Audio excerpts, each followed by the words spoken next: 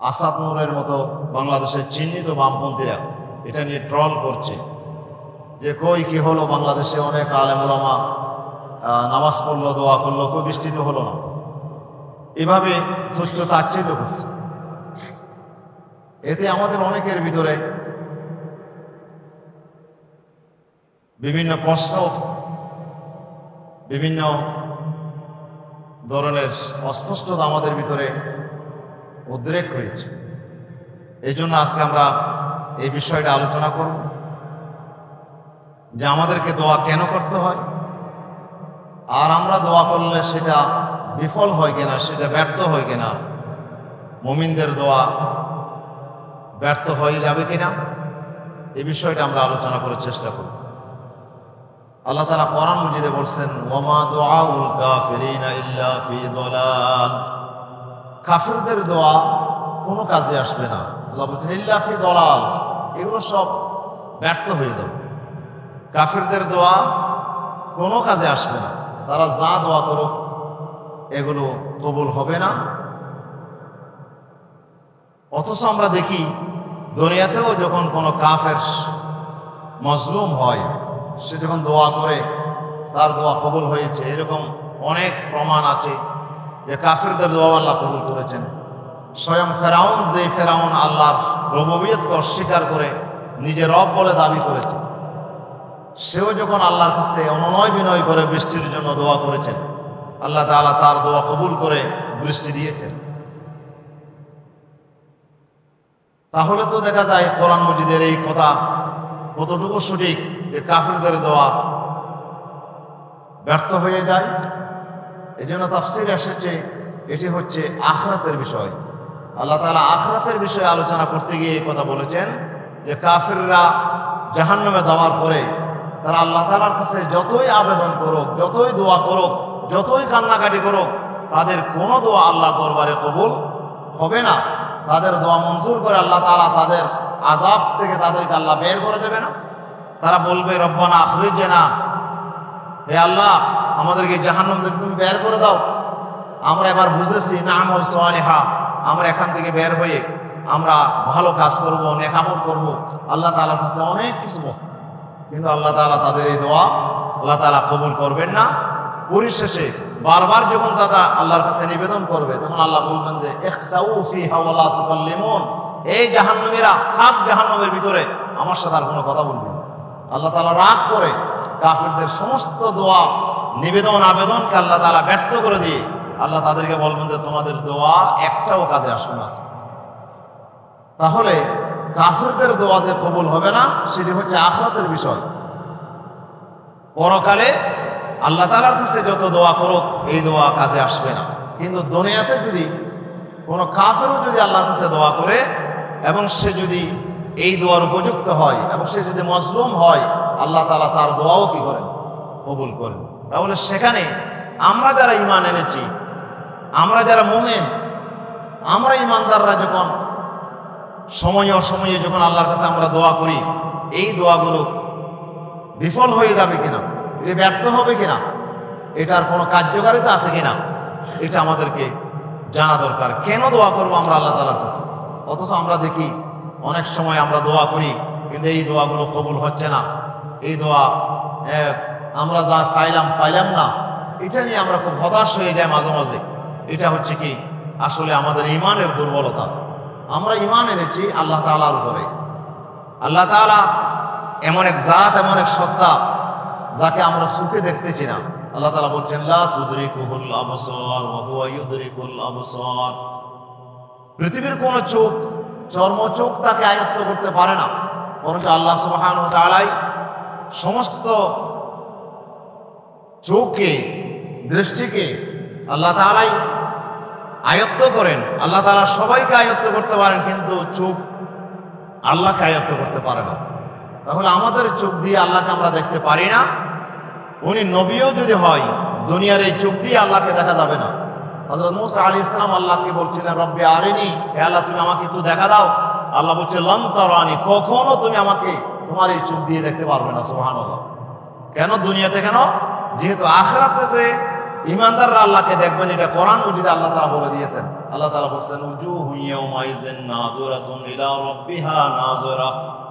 কিয়ামতের দিন কিছু চেহারা অত্যন্ত হাস্যোজ্জ্বল হবে, অত্যন্ত হাস্যাস প্রশ্বাস হবে।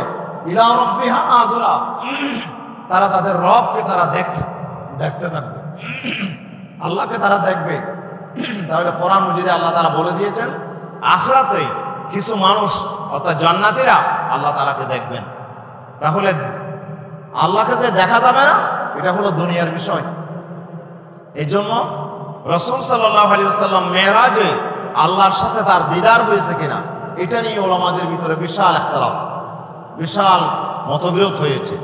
স্বয়ং সাহাবায়ে আজমাইনদের ভিতরে মতবিরোধ হয়েছে। সাহাবীদের ভিতরে হযরত আয়েশা রাদিয়াল্লাহু আনহা একদল বলছেন যে যদি কেউ বলে যে মুহাম্মদ তার রবকে দেখেছে সে মিথ্যা বলেছে। আল্লাহকে কখনো দেখতে পারে না, একজন মানুষ তার চোখ দিয়ে আল্লাহকে দেখা সম্ভব নয়, এটা হযরত আয়েশা স্বীকার করে। কিন্তু হযরত আব্দুল্লাহ বিন আব্বাস সহ আর কিছু সাহাবায়ে কেরাম তারা বলছে যে আল্লাহ রাসূল আল্লাহকে দেখেছেন, আল্লাহকে দেখেছেন, এরকমও একটা মত তারা প্রকাশ করেছে। তাহলে বোঝা যায় এই সাহাবীদের যুগ থেকে এই পর্যন্ত এই ইখতিলাফটা চলে আসছে। একদল বলছে আল্লাহকে দেখেছেন, আর একদল বলছে আল্লাহকে দেখেন নাই, আল্লাহকে দেখা সম্ভব নয়। কোরআন মজিদে যেটার কথা বলা হয়েছে এটা জিবরাইল আলাইহিস সালামের ব্যাপারে বলেছেন। আল্লাহ তাআলা বলেছেন ওয়ালাকাদ রাআহু বিল উফুকিল মুবিন ওয়ালাকাদ রাআহু নাযলাতান উখরা ইনদা সিদরাতিল মুনতাহা ইনদাহা জান্নাতুল মাওয়া সুম্মা দানা ফাতাদাল্লা ফাকানা কাবা কাউসাইনি ওয়া আদনা। যে কথা আল্লাহ তাআলা বলছেন যে আল্লাহ তাআলা জিবরাইল আলাইহিস সালামকে সশরীরে স্বআকৃতিতে তিনি কয়েকবার দেখেছেন। একবার তিনি দেখেছেন প্রথম নবুয়ত পাওয়ার পরে রাসূল সাল্লাল্লাহু আলাইহি ওয়াসাল্লাম যখন কিছুদিন চলে গেলেন যে আল্লাহ রাসূল খুব বেশি পেরেশান অনুভব করছেন। রাসূল সাল্লাল্লাহু আলাইহি ওয়াসাল্লাম হেরা গুহার দিকে আবার যাওয়ার জন্য বের হয়েছেন। ঠিক এই মুহূর্তে বুখারী শরীফের হাদিসে এসেছে রাসূলুল্লাহ দেখলেন যে জালিসুন আলা কুরসিয়িন বাইনাস সামাই ওয়াল আরদ, আসমান এবং জমিনের মাঝখানে একটা চেয়ার, যে জমিন থেকে আসমান পর্যন্ত লাগানো একটা বিশাল চেয়ারের মধ্যে একজন লোক বসে আছে, যার সাথে ওনার দেখা হয়েছিল গারে হেরাতে। সেই ফেরেশতা বসে আছেন, ওনাকে দেখেই রাসূল সাল্লাল্লাহু আলাইহি ওয়াসাল্লাম অত্যন্ত আপনার ভীত সন্ত্রস্ত হলেন। আল্লাহ রাসূল কাঁপতে কাঁপতে উনি চলে গেলেন বাড়িতে, আর মা খদীজাতুল কুবরাকে বললেন যে দাসসিরুনি দাসসিরুনি, আমাকে একটু চাদর দিয়ে জড়াইয়া দাও। আল্লাহ রাসূল চাদর দিয়ে যখন তিনি শুয়ে পড়লেন তখন আল্লাহ তাআলার পক্ষ থেকে আয়াত নাযিল হলো ইয়া আইয়ুহাল মুদ্দাসসির কুম ফাআনজির ওয়া রাব্বাকা ফাকাব্বির। সূরা আলাকের প্রথম 5 আয়াতের পরে এই আয়াতগুলো দ্বিতীয় নম্বরে আল্লাহ রাসূলের উপর নাযিল হয়েছে। আল্লাহ তাআলা বলছেন এই চাদর আবৃত ব্যক্তি আমার রাসূল, কুম ফাআনজির, আপনি উঠেন, আপনি জাতিকে সতর্ক করেন, ওয়া রাব্বাকা ফাকাব্বির, আপনার রবের শ্রেষ্ঠত্ব আপনি ঘোষণা করুন। তাহলে রাসূল সাল্লাল্লাহু আলাইহি ওয়াসাল্লাম জিবরাইল আলাইহিস সালামকে স্বআকৃতিতে দেখেছেন দুনিয়াতে। আবার ওয়ালাকাদ রাআহু নাযলাতান উখরা ইনদা সিদরাতিল মুনতাহা, আরেকবার দেখেছেন সিদরাতুল মুনতাহায়।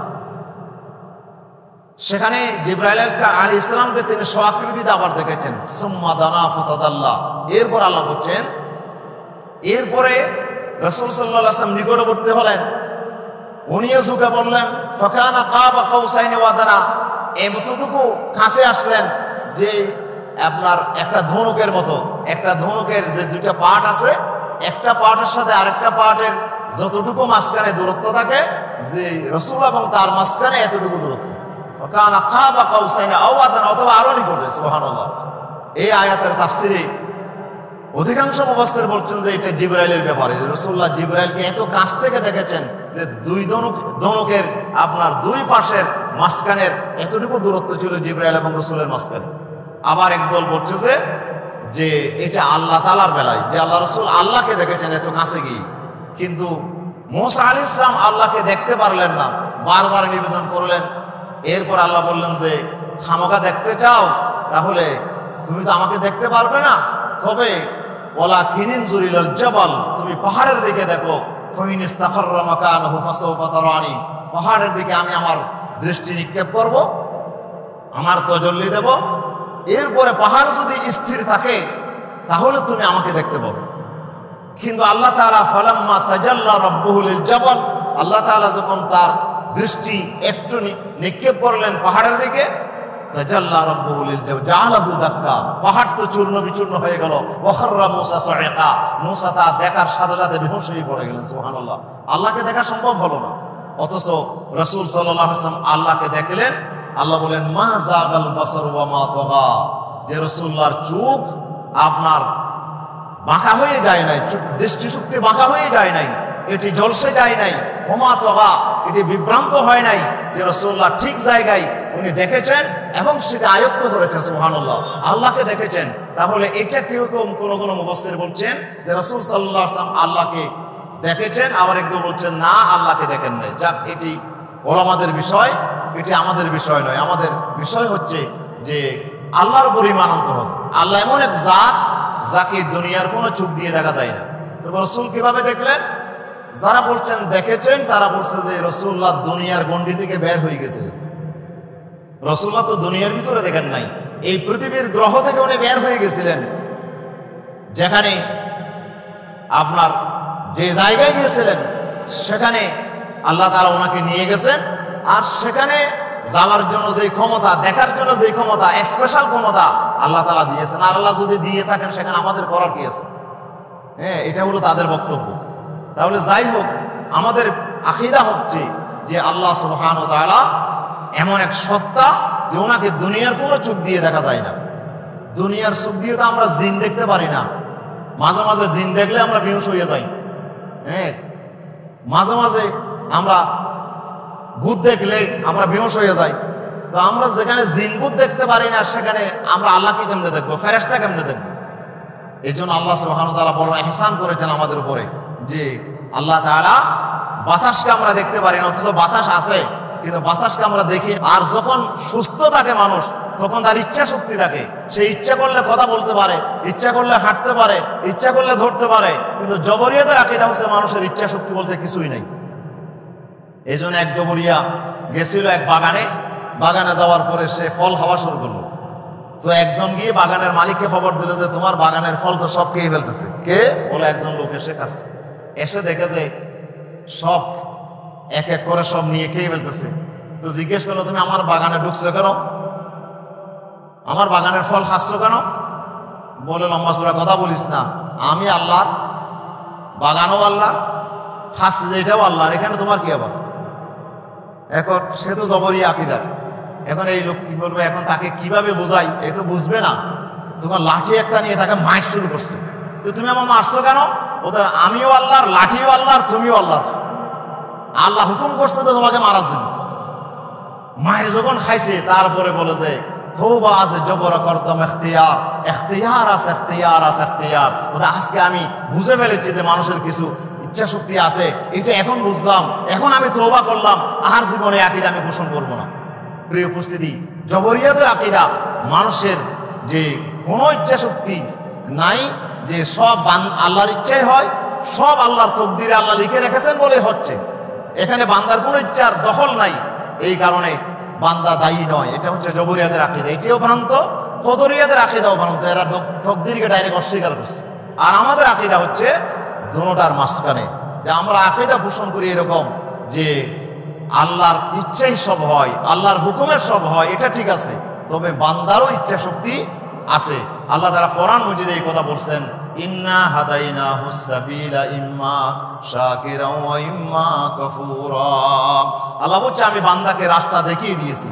এবার বান্দা ইচ্ছে করলে সে কৃতজ্ঞতা প্রকাশ করতে পারে, ইচ্ছে করলে অকৃতজ্ঞ হতে পারে, তার আমি স্বাধীনতা নিয়ে নিলাম। ও হাদাইনাহুন নাজদাইন, আল্লাহ বলছে আমি তাকে দুইটা রাস্তা দেখিয়ে দিয়েছি। আল্লাহ তো বলছে ফালহামাহা ফুজুরাহা ওয়া তাকওয়াহা, তার ভিতরে আমি ভালো করার ইচ্ছা শক্তি দিয়েছি, আবার খারাপ করার ইচ্ছাও দিয়েছি।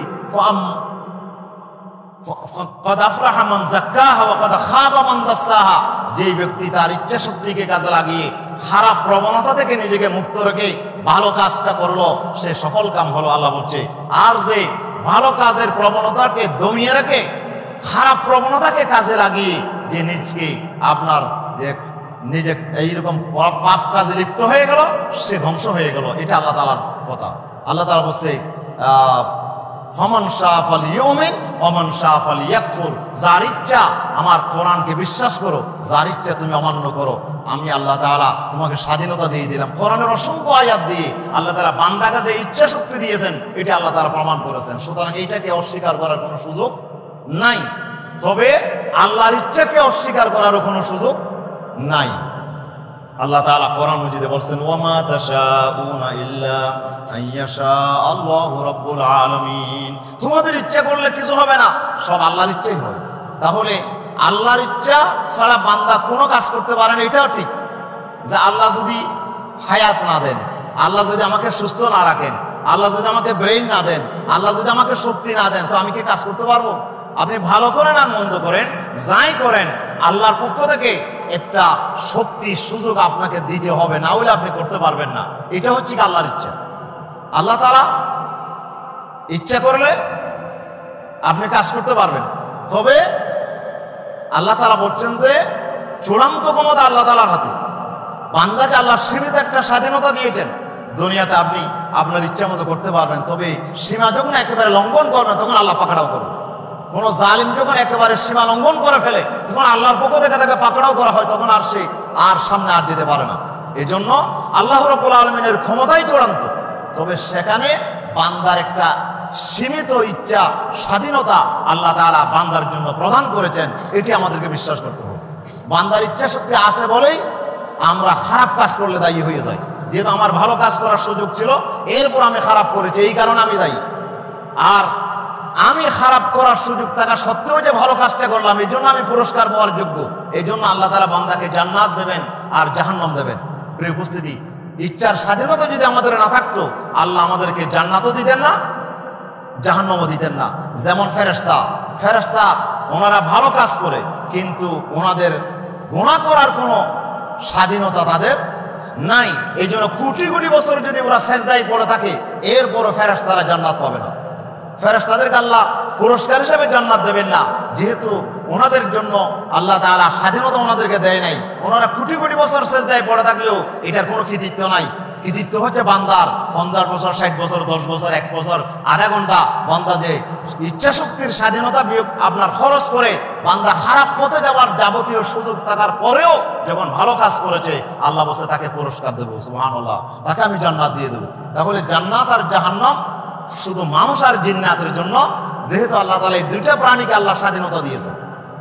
প্রিয় উপস্থিতি, আসুন তাহলে এই ইচ্ছা শক্তি আমাদের আছে।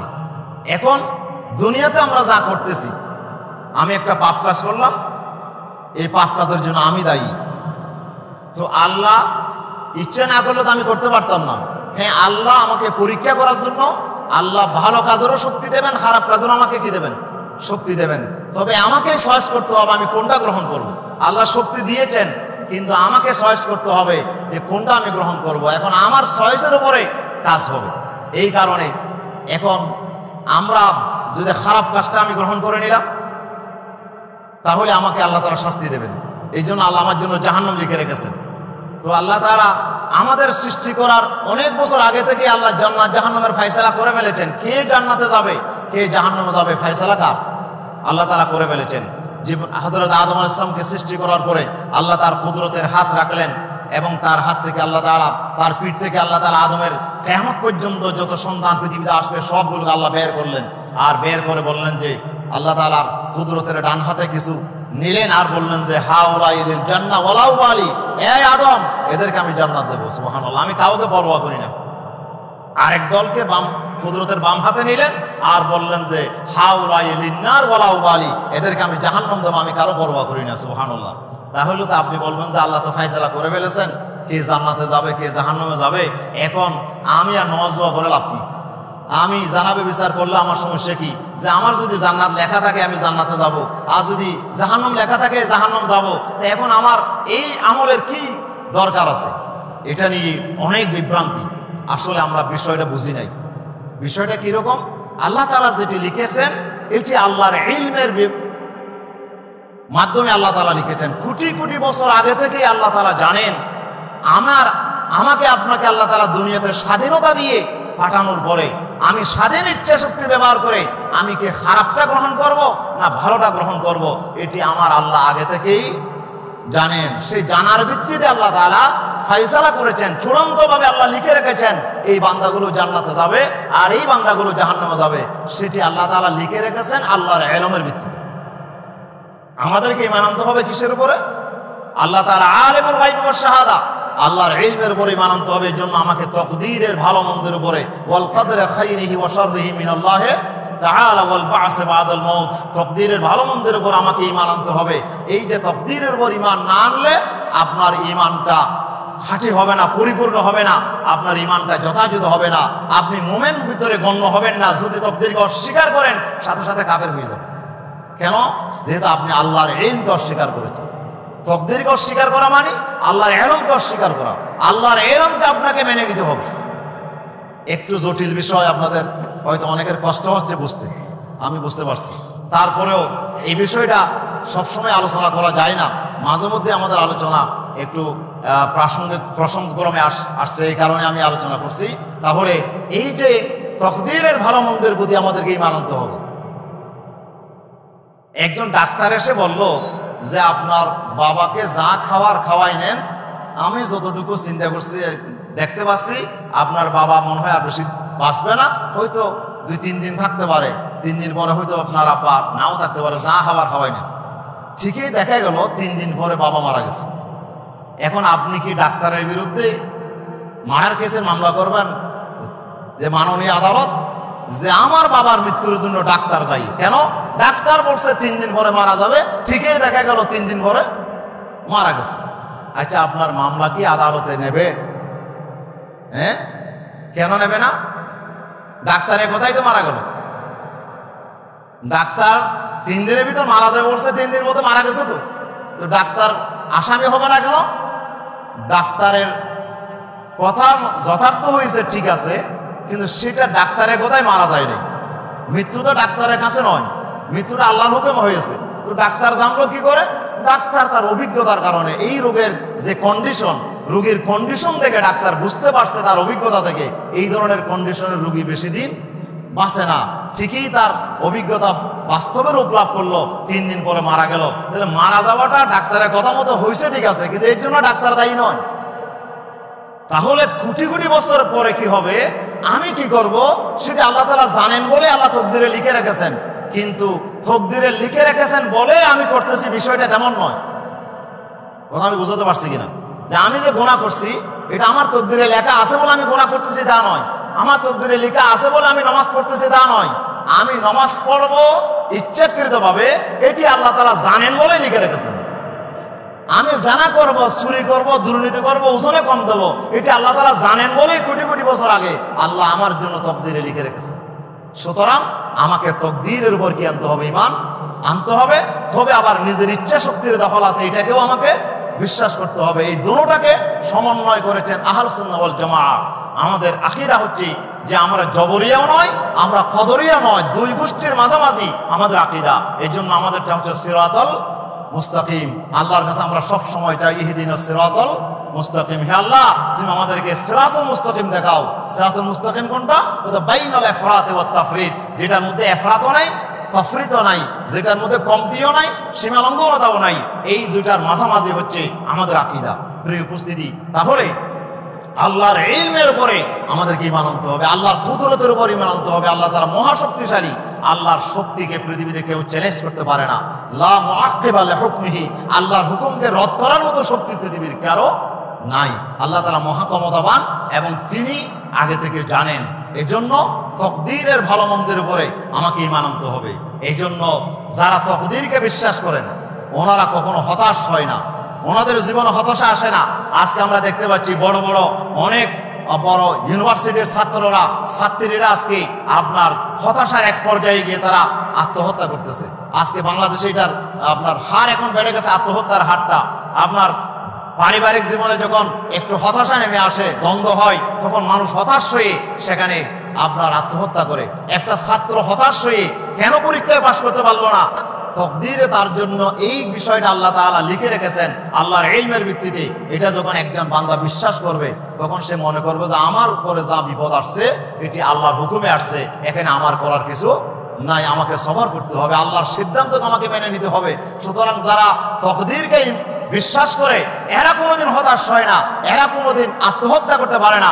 আজকে আমরা ঈমানের এই বিষয়টা না বোঝার কারণে আজকে আমাদের অনেক উঠতি বয়সের যুবক যুবতীরা, আজকে আমাদের পরিবারের অনেকেই আজকে আত্মহত্যার সম্মুখীন হচ্ছে। নাউযুবিল্লাহি মিন যালিক।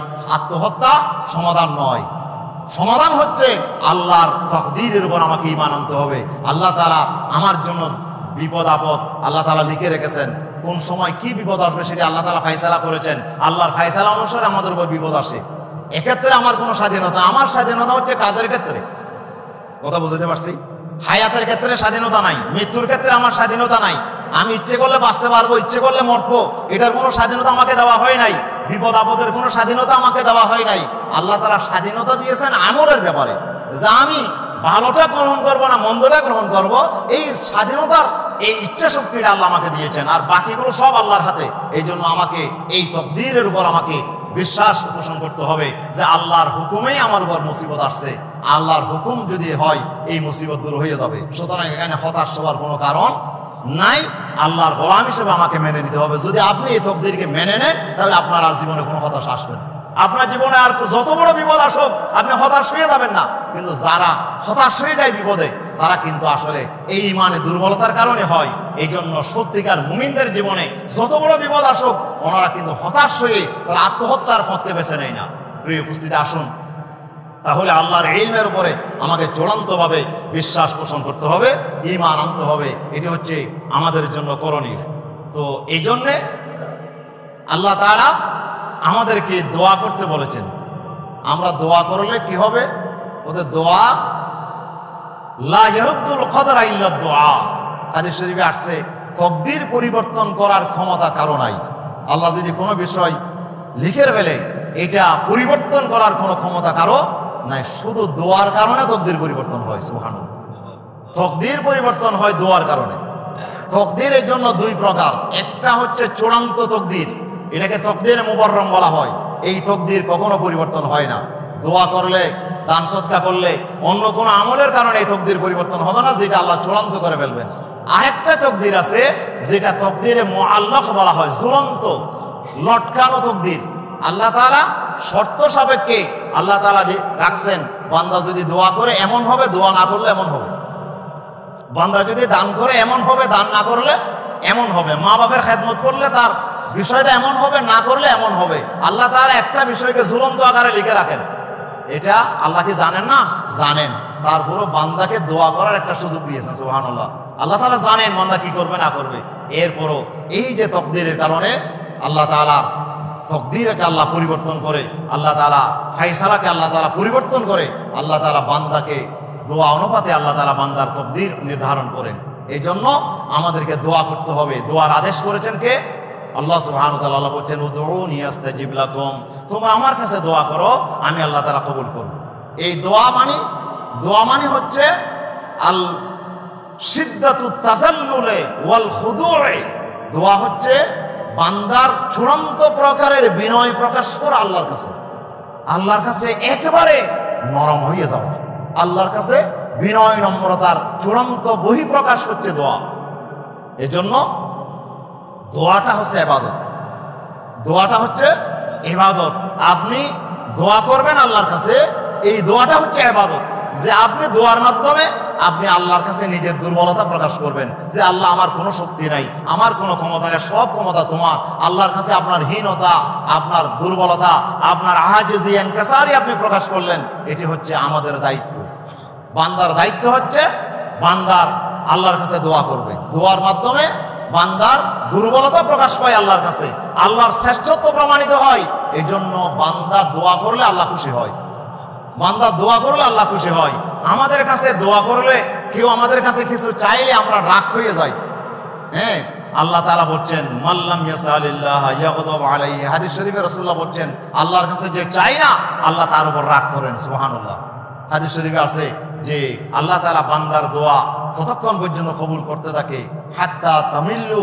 রাসূলুল্লাহ বলছেন যতক্ষণ তোমরা বিরক্ত হয়ে যাও না ইন্নাল্লাহা লা ইয়ামিল্লু, আল্লাহ ততক্ষণ বিরক্ত হয় না যতক্ষণ তোমরা বিরক্ত হবে না। সুবহানাল্লাহ। তোমরা যতক্ষণ দোয়া করতে থাকবে ততক্ষণ আল্লাহ তোমাদের দোয়া কবুল করতে থাকবে। সুবহানাল্লাহ। এই জন্য বান্দা দোয়া করলে এটি আল্লাহ তাআলার, এটা আল্লাহর পছন্দ যে বান্দা আমার কাছে দুর্বলতা প্রকাশ করুক, তার আজিজি ইনকিসারি প্রকাশ করুক, এটি আল্লাহ তাআলা চায়। এই জন্য রাসূলুল্লাহ বলেছেন আদ-দুআউ মুখুল ইবাদা, দোয়া হচ্ছে ইবাদতের মগজ। আবার আরেক হাদিসে রাসূলুল্লাহ বলেছেন আদ-দুআউ হুয়াল ইবাদা, যে দোয়াটাই ইবাদত। দোয়া করা একটা ইবাদত। নামাজ পড়া যেমন ইবাদত, দোয়া করা একটা ইবাদত। নামাজ এটাও তো আসলে দোয়া, নামাজের আগাগোড়াই কিন্তু দোয়া। এখানে জিকিরও আছে, দোয়াও আছে। প্রিয় উপস্থিতি, এই দোয়াটা আল্লাহর কাছে আল্লাহ তাআলা পছন্দ করেন। এই জন্য আল্লাহ তাআলা বলছেন ইন্নাল্লাযীনা ইস্তাকবিরুনা আন ইবাদাতি সায়াদখুলুনা জাহান্নামা দাখিরিন, যে ব্যক্তি আমার কাছ থেকে, আমার ইবাদত থেকে অহংকার করে যে ফিরে যাবে, আল্লাহ তাআলা বলছে তাকে আমি জাহান্নামে লাঞ্ছিত করে, তাকে সে অবশ্যই জাহান্নামে প্রবেশ করবে লাঞ্ছিত হয়ে। প্রিয় উপস্থিতি, তাহলে এই যে দোয়ার মাধ্যমে ইবাদতের এই অর্থটা আল্লামা জালালউদ্দিন এই তাফসিরে জালালাইনের মধ্যে মুসান্নিফ এটা তাফসির করতেছেন ইবাদতি মানি আন মুনাজাতি, যে আমার মোনাজাত থেকে পৃষ্ঠপ্রদর্শন করে ফিরে যাবে, অহংকার করবে, মোনাজাত করবে না, আল্লাহ বলছে তাকে আমি লাঞ্ছিত করে জাহান্নামে ফেলবো। সুবহানাল্লাহ। মোনাজাত না করা মানে আল্লাহ তাকে তার উপর রাগ করেন।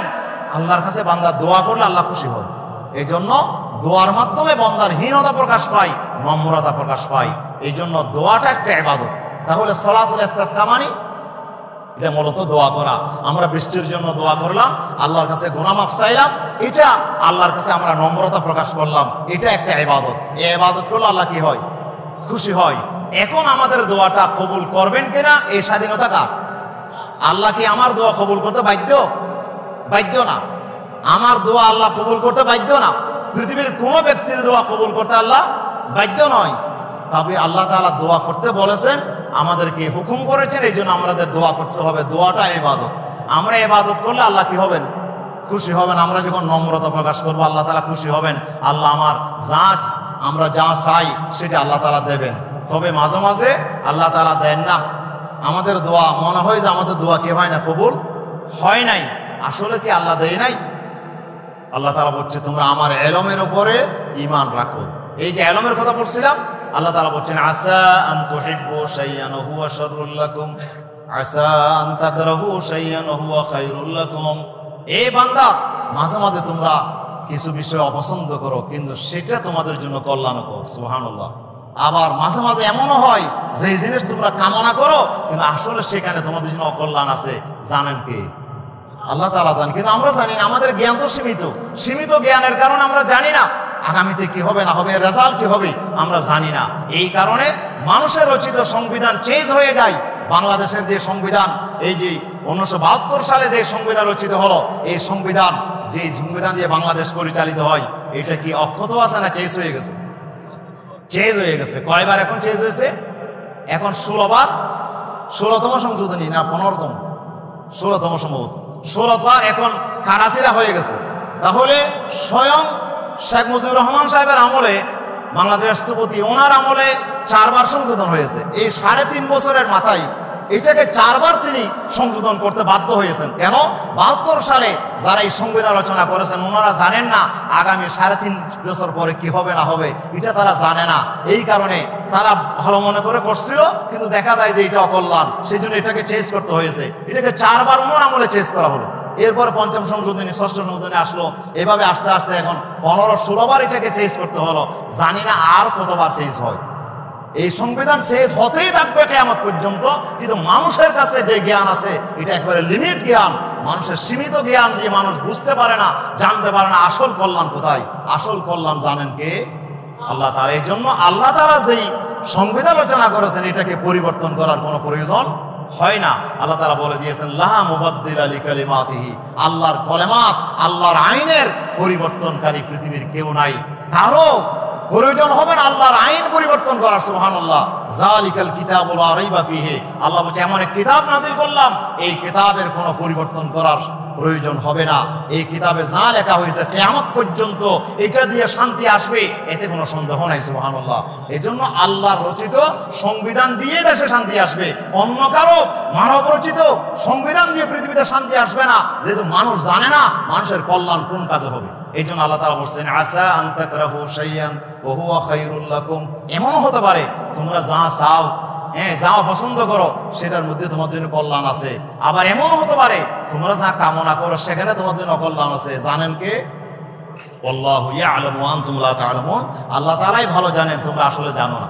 এই কারণে ডাক্তার জাকির নায়েকের একটি আলোচনা শুনছিলাম যে উনি একটি আলোচনায় একজন প্রশ্ন করছিল, আর সেই প্রশ্নের জবাবে তিনি একটি কথা বলছিলেন যে এক লোক বিদেশে যাচ্ছে, বিদেশে যাওয়ার জন্য গাড়িতে উঠছে, কিন্তু ট্রাফিক জামে পড়ে গেছে। মাঝখানে জামে পড়ে তার বিমান আপনার মিস করছে। বিমান মিস করার পরে, ফ্লাইট মিস করার পরে এখন বেচারা খুব বেকায়দায় পড়ে গেছে। তার হয়তো ভিসা ক্যান্সেল হয়ে গেছে, ভিসার মেয়াদ চলে গেছে, বা তার ব্যবসায়িক কোনো অ্যাপয়েন্টমেন্ট বা ব্যবসায়িক কোনো সেখানে সমাবেশ ছিল, সেখানে জয়েন করতে পারে নাই, কোটি কোটি টাকা তার লস হয়ে গেছে। এই কারণে বেচারা খুব পেরেশান। এই পেরেশান হওয়ার পরে এখন বেচারা ও কাকে খুব জানবে, এখন গালিগালাজ করতেছে ট্রাফিক পুলিশকে। এই ট্রাফিক পুলিশ যদি ঠিক মতো দায়িত্ব পালন করতো, এই রাস্তাতে জাম হইতো না, আর জাম না হইলে আমি ঠিক মতো বিমান পাইতাম, আর বিমান পাইলে আমার কোটি টাকা লস হইতো না। এই জন্য সমস্ত দায় দায়িত্ব কার? ট্রাফিক পুলিশের। ট্রাফিক পুলিশের 14 গোষ্ঠীকে উদ্ধার করে ফেলতেছে, তার মা বাপকে খবর থেকে তুলে ফেলতেছে গালি দিতে দিদি। বেচারা আর কি করবে, এখন ফ্লাইটটা মিস হয়ে গেছে, তো বাড়িতে চলে গেছে পেরেশান হয়ে। বাড়িতে যাওয়ার পরে এখন কারোর সাথে কথাবার্তা নাই, খুব চিন্তিত পেরেশান। এই অবস্থায় একটু মন ফ্রেশ করার জন্য বাড়িতে একটা টিভি ছিল, টিভি অন করছে, দেখি কি, তো একটা খবর। তো টিভিতে খবর আপনার শিরোনাম যে বিমান দুর্ঘটনা, বিমান দুর্ঘটনায় সমস্ত যাত্রী মারা গেছে, কেউ বেঁচে নাই। এখন কোন বিমান? খবর নিয়ে দেখলো যে যেই বিমানটা তার মিস হয়েছে ওই বিমানটাই দুর্ঘটনার শিকার হয়ে গেছে। এখন সে আলহামদুলিল্লাহ বলতে বলতে নিজেকে ছেড়ে দিতে হবে। আপনি যদি আল্লাহর হাতে ছেড়ে দেন তাহলে আল্লাহ তাআলা অবশ্যই আপনার দোয়া কি করবেন? কবুল করবেন ইনশাআল্লাহ, আজকে না হোক কালকে। এই জন্য আল্লাহ বলছে লাউজিবান্নাকা ওয়ালাউ বা'দা হিন। এই মজলুম, তোমার দোয়া আমি একটু পরে হলেও তোমার দোয়া আমি কবুল করব, আমি তোমার দোয়া বিফলে যেতে দেব না। একজন মুসলমানও যদি মজলুম হয়ে দোয়া করে, সেই দোয়া আল্লাহ তাআলা কবুল করেন। প্রিয় উপস্থিতি, আসুন আমরা দোয়া আজকে আলোচনা করলাম একটা টপিকের উপরে, যে আমাদেরকে দোয়া কেন করতে হয়। দোয়া করা ইবাদত, দোয়া করা আল্লাহর আদেশ, দোয়া করলে আল্লাহ খুশি হয়, এই জন্য আমরা দোয়া করব। তবে দোয়া কবুল হবে কিনা এটা আমরা জানি না, এটার বিষয়টা আল্লাহর ইলমের উপর ছেড়ে দিতে হবে। আপনি যদি সত্যিকার ইমানদার হন তাহলে আপনি তাড়াহুড়া করতে পারবেন না, আপনাকে আল্লাহর ইলমের উপরে চূড়ান্তভাবে ঈমান এনে আপনাকে আল্লাহর ইলমের উপর আপনাকে এটাকে ছেড়ে দিতে হবে। যদি আপনি ছেড়ে দেন তাহলে আল্লাহ তাআলা চাহে তো আপনার এই দোয়া আল্লাহ তাআলা কবুল করবেন ইনশাআল্লাহ। আসুন আমরা সবসময় আল্লাহর কাছে দোয়া করি। আমাদের যা দরকার কাকে বলবো? সাহাবায়ে কেরাম থেকে রাসূলুল্লাহ বায়াত নিয়েছেন যে লা তাসআল, কারো কাছে ইজা সাআলতা ফাসআলিল্লাহ, চাইতে হলে আল্লাহর কাছে চাও, আল্লাহ ছাড়া কারো কাছে কিছু চাইবে না। এইটার উপরে সাহাবায়ে কেরামের হাতে রাসূলুল্লাহ বায়াত নিয়েছেন।